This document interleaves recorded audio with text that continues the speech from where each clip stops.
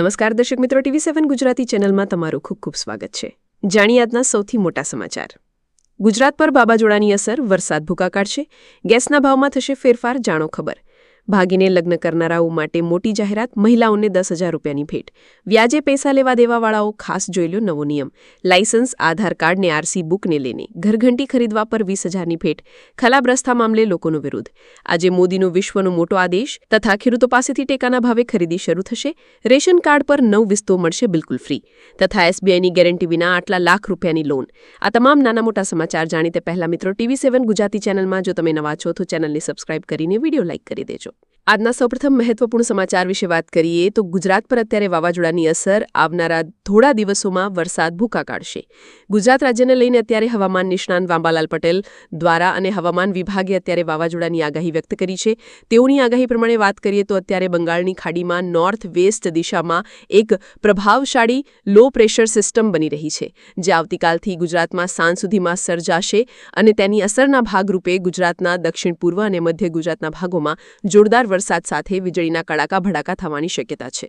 વરસાદ તેમના આખરી ચરણમાં ફરી એકવાર ગુજરાતને ધમરોડવા માટે અત્યારે તૈયાર થઈ ગયો છે. ગુજરાતમાં આગામી તારીખથી 4 દિવસ અમુક જગ્યાઓમાં ભારેથી અતિભારે વરસાદ પડવાની શક્યતાઓ ફરી એકવાર વ્યક્ત કરવામાં આવી છે.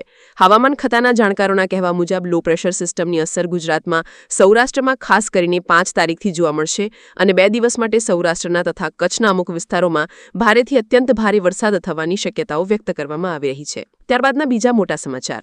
ગેસના ભાવમાં ફેરફાર, જાણો મિત્રો સંપૂર્ણ ખબર. સરકાર દ્વારા 1 સપ્ટેમ્બરના રોજ કોમર્શિયલ ગેસ સિલિન્ડરના ભાવમાં પણ ફેરફાર કરવામાં આવ્યો છે.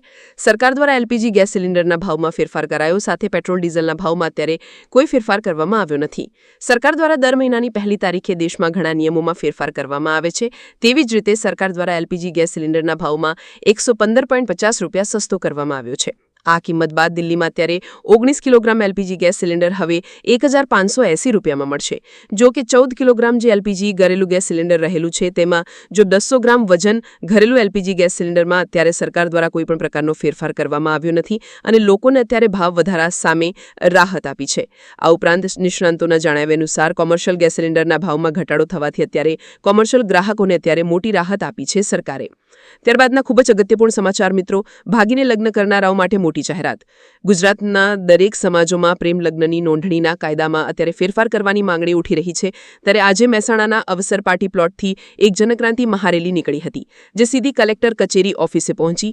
આ રેલીમાં પાટીદાર અગ્રણીઓ સહિત મોટી સંખ્યામાં લોકો જોડાયા અને જેમણે કલેક્ટરને આવેદન આપીને પ્રેમ લગ્નની નોંધણીના કાયદામાં જરૂરી ફેરફાર કરવા માટે સરકાર સમક્ષ રજૂઆત કરી છે. આ તકે પાટીદાર અગ્રણી સતીશ પટેલે જણાવ્યું કે આજે દરેક સમાજમાં માતા-પિતાની એક જ પીડા છે કે તેઓની છોકરીને 20 વર્ષ સુધી ભણાવી ગણાવીને મોટી કરે છે, પરંતુ તે ભાગીને પ્રેમ લગ્ન કરે છે. જ્યારે પોલીસ સ્ટેશનમાં આવે ત્યારે પ્રેમ લગ્ન કરનાર દીકરી પોતાના માતા-પિતાને પણ ઓળખવાનો ઇનકાર કરી દે છે. આવી દીકરીઓને માતા-પિતાની મિલકતમાંથી સરકારે બેદખલ કરવી જોઈએ. અમારી સરકાર પાસે એક જ માંગણી છે કે લગ્નની નોંધણી માટે માતા-પિતાની સહી ફરજિયાત કરો. જ્યારે લગ્નની નોંધણીમાં જે સાક્ષી છે તેઓની વય પણ 40 વર્ષથી વધારે હોવી જોઈએ. આટલું જ નહીં, છોકરી જે વિસ્તારની છે ત્યાંની કોર્ટમાં જ તેના લગ્ન રજીસ્ટર થવા જોઈએ. આવી માંગણી અત્યારે કરવામાં આવી રહી છે. ત્યારબાદના ખૂબ જ અગત્યપૂર્ણ સમાચાર. મહિલાઓને 10,000 રૂપિયાની મોટી ભેટ. દેશમાં મહિલાઓને આર્થિક રીતે સશક્ત બનાવવા માટે કેન્દ્ર સરકાર સમયાંતરે ઘણી બધી યોજનાઓ મહિલા માટે ચલાવે છે. આમાં નાણાકીય સહાય, રોજગાર અને સુરક્ષા સંબંધી સુવિધાઓનો પણ સરકાર દ્વારા સમાવેશ થાય છે. આ ઉપરાંત વિવિધ રાજ્ય સરકારો પણ પોતાની યોજનાઓને અમલમાં મૂકે છે, જેથી મહિલાઓ તેનો સીધો લાભ લઈ શકે. તાજેતરમાં જ રાજ્ય સરકારે એક નવી યોજના શરૂ કરી છે. આ યોજના હેઠળ લાયક મહિલાઓના બેંક ખાતામાં 10,000 રૂપિયાની રકમ સીધી મોકલવામાં આવશે, જેથી તે મહિલા પોતાનો નાનો મોટો ધંધો અથવા વ્યવસાય શરૂ કરી શકે. સરકાર દ્વારા મહિલાઓને સ્વાવલંબી બનાવવા માટે સરકાર અત્યારે મહિલાઓના ખાતામાં 10,000 રૂપિયાની સહાયની ચૂકવણી કરે છે, જેથી મહિલાઓ પોતાના પગ પર ઊભી થઈને પોતાનો ઘર અને દેશનો વિકાસ કરી શકે. ત્યારબાદના ખૂબ જ ઉપયોગીપૂર્ણ સમાચાર. વ્યાજે પૈસા લેવા દેવાવાળા મિત્રો ખાસ જોઈ લો આ સમાચાર. ગુજરાતમાં વ્યાજખોરી વિરુદ્ધ કરવામાં આવેલી કાનૂની કાર્યવાહીના સંદર્ભમાં વિધાનસભા ગૃહમાં પૂછાયેલા ટૂંકી મુદતના પ્રશ્નોનો જવાબ આપતા ગૃહ રાજ્યમંત્રી હર્ષ સંઘવે જણાવી દીધું છે કે રાજ્યમાં અનેક સામાન્ય મધ્યમ વર્ગના તથા ગરીબ પરિવારના ઘરોમાં માઠા પ્રસંગ સાચવવા, બાળકોના ભાવિને સુરક્ષિત કરવા અને ઉચ્ચ શિક્ષણો કે સંતાનોને વિદેશમાં મોકલવા સહિતના ઘણા બધા કારણોસર ક્યારેક ઊંચા વ્યાજે ઘીરણે વ્યાજખોરીના છોકરામાં ફસાઈ જતા હોય છે. વ્યાજખોરોના જુંગલમાંથી આવા પરિવારોને મુક્ત કરવા મુખ્યમંત્રી શ્રી ભૂપેન્દ્ર પટેલના માર્ગદર્શન હેઠળ ગૃહ વિભાગની સૂચનાઓ મુજબ ગુજરાત પોલીસ અત્યારે વિશેષ ડ્રાઇવનું આયોજન કર્યું છે અને આ અભિયાનમાં માત્ર 1-2 મહિના માટે જ નહીં, પરંતુ આ તો દાનવો સામે લાંબી લડાઈ છે. સરકાર દ્વારા આવનારા સમયમાં આ વ્યાજે પૈસા લેવા દેવાઓ વિરુદ્ધ કડક કાર્યવાહી કરવામાં આવે તેવું પણ ટીમોએ જણાવ્યું છે.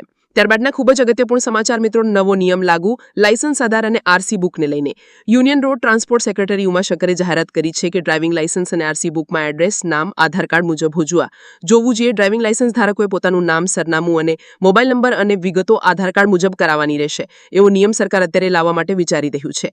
મિત્રો, સરકારનું એવું માનવું છે કે હાલ સરકાર પાસે 12,000 કરોડ રૂપિયાના ઈ ચલણ એવા પડ્યા છે કે જેઓના અત્યારે નામ સરનામાના ઠેકાણા નથી, જેના વાહન ધારકોએ નાણાં પણ ભર્યા નથી. આથી ગુનેગારોને કાબૂમાં રાખવાની જે કસૂરવાર વાહન ચાલકો છે તે નિર્ભયતાથી ફરે છે અને સરકાર દ્વારા તેવા વાહન ચાલકોને પકડવા માટે અત્યારે તેઓના લાયસન્સ, આરસી બુકના તમામ ડોક્યુમેન્ટ આધાર કાર્ડ મુજબ કરવાના રહેશે. આથી સરકાર દ્વારા તે વ્યક્તિનું ઈ ચલણ હવે તેઓના ઘર સુધી તેઓને પહોંચાડી શકાય. ત્યારબાદના અગત્યપૂર્ણ સમાચાર, ઘરઘંટી ખરીદવા હવે 20,000ની ભેટ. ગુજરાત સરકાર દ્વારા અત્યારે ગરીબ વર્ગના લોકોને ઘરઘંટી ખરીદવા પર 20,000 રૂપિયા સુધીની ભેટ આપવામાં આવે છે. ગુજરાત રાજ્ય સરકાર દ્વારા માનવ કલ્યાણ યોજના અંતર્ગત વિવિધ સ્વરોજગારીલક્ષી યોજનાઓ અમલમાં મૂકવામાં આવી છે, જે અંતર્ગત આ યોજનાનો પણ સમાવેશ થાય છે. મિત્રો, આ યોજનાનો મુખ્ય ઉદ્દેશ્ય રાજ્યના નાગરિકોને, ખાસ કરીને કે જેઓ આર્થિક રીતે પછાત છે અથવા નબળા વર્ગોને સ્વરોજગારીની તકો પૂરી પાડી તેમના જીવન ધોરણમાં સુધારો લાવવા માટે સરકાર દ્વારા આ યોજનાને અમલમાં મૂકવામાં આવી છે. આ યોજનાની એક મહત્વપૂર્ણ યોજના કે જેઓને ઘરઘંટી સહાય યોજના કહેવામાં આવે છે. સરકાર દ્વારા આ યોજના અંતર્ગત ઘરઘંટી ખરીદવા અને તેઓને વ્યવસાય શરૂ કરવા માટે 20,000ની ભેટ લાભાર્થીના બેંક એકાઉન્ટમાં આપવામાં આવે છે. ત્યારબાદના ખૂબ જ અગત્યપૂર્ણ સમાચાર, ખરાબ રસ્તા મામલે લોકોનો વિરોધ. અત્યારે મિત્રો, ગુજરાતભરમાં ભારે વરસાદને કારણે ત્યારે રોડ રસ્તાની સ્થિતિ પણ કથળી ઉઠી છે.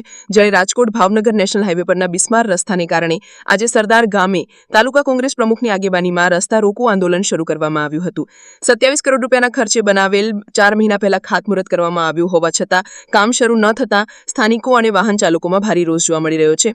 મિત્રો, થોડા સમય પહેલા 27 કરોડ રૂપિયાના ખર્ચે સરદાર નેશનલ હાઈવે પર અત્યારે સડક મંજૂરી કરવામાં આવી હતી, પરંતુ હજી સુધી પણ તેઓનું કાર્ય કોઈપણ પ્રકારનું રસ્તો બનાવવા માટેનું શરૂ કરવામાં આવ્યું નથી, જેનો અત્યારે લોકો દ્વારા ભારે ઉગ્ર વિરોધ કરવામાં આવી રહ્યો છે. આ વિરોધ કરીને અત્યારે લોકોએ રસ્તાઓ બ્લોક કરીને સરકાર સમક્ષ ધ્યાન ખેંચવા માટેની પ્રયત્ન કર્યો છે. ત્યારબાદના ખૂબ જ મોટા સમાચાર, આજે મોદીજીનો વિશ્વનો મોટો સંદેશ. વડાપ્રધાને પાકિસ્તાનનું નામ લીધા વિના કહ્યું કે આતંકવાદ, અલગવાદ અને ઉગ્રવાદનો અત્યારે સમગ્ર વિશ્વમાં મોટો પડકાર છે. આતંકવાદ સમગ્ર માનવતા માટે એક સામાન્ય પડકાર છે. કોઈપણ દેશ, કોઈપણ સમાજ તેનાથી પોતાને સુરક્ષિત માનતું નથી. તેથી ભારતે આતંકવાદની લડાઈમાં એકતા પર ભાર મૂક્યો છે. SCOએ પણ આમાં અત્યારે એક મોટી ભૂમિકા ભજવી છે. આ વર્ષે ભારતે સંયુક્ત માહિતીનું કામગીરીનું નેતૃત્વ કરી આતંકવાદી સંગઠનો સામે લડવાની પહેલ કરી. તેણે આતંકવાદી ભંડોળો સામે અવાજ ઉઠાવ્યો. આ અંગે અમારા સમર્થન બદલ હું તમારો આભાર પણ વ્યક્ત કરું છું. તેમણે કહ્યું કે ભારત છેલ્લા 40 વર્ષથી આતંકવાદથી પીડાઈ રહ્યું છે. ઘણા બાળકો ગુમ થયા, ઘણા બાળકો અનાથ બન્યા. તાજેતરમાં જ આપણે પહેલગામમાં આતંકવાદીઓનું ખૂબ જ ધરુણ સ્પર્શ